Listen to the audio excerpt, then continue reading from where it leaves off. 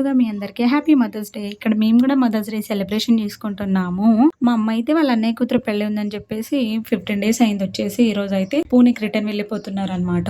ఈ రోజు ఒక్క రోజు ఉన్నా బాగుండేది, నైట్ కి ఇంకా బాగా సెలబ్రేషన్ చేసేదాన్ని అనిపించింది. బట్ ఏం చేస్తాం, 15 డేస్ అయింది కదా, ఈ రోజు ఖచ్చితంగా వెళ్ళాలని చెప్పేసి మా అమ్మ అయితే ఈ రోజే రిటర్న్ వెళ్ళిపోతుంది. నాకైతే చాలా బాధ వేసేసింది అనమాట. కేక్లు అవన్నీ తీసుకొస్తుంటే కూడా మా అమ్మ అంటుంది, ఇవన్నీ ఎందుకు లేనిపోని కొత్త అలవాట్లు, అసలు నేను కేక్ కట్ చేయను అన్నది. బట్ నేనే ఒప్పించి కేక్ కటింగ్ అయితే చేపించాను నా సాటిస్ఫాక్షన్ కోసం. ఎంతైనా మన జనరేషన్ తల్లిదండ్రులు అయితే ఎంత ఇన్నోసెంట్ గా ఉంటారు కదా, ఫోన్ వాడడం తెలీదు, ఫొటోస్ వీడియోస్ కేక్ కటింగ్ ఇలాంటివి అయితే అసలు ఏమీ తెలియదు అనమాట.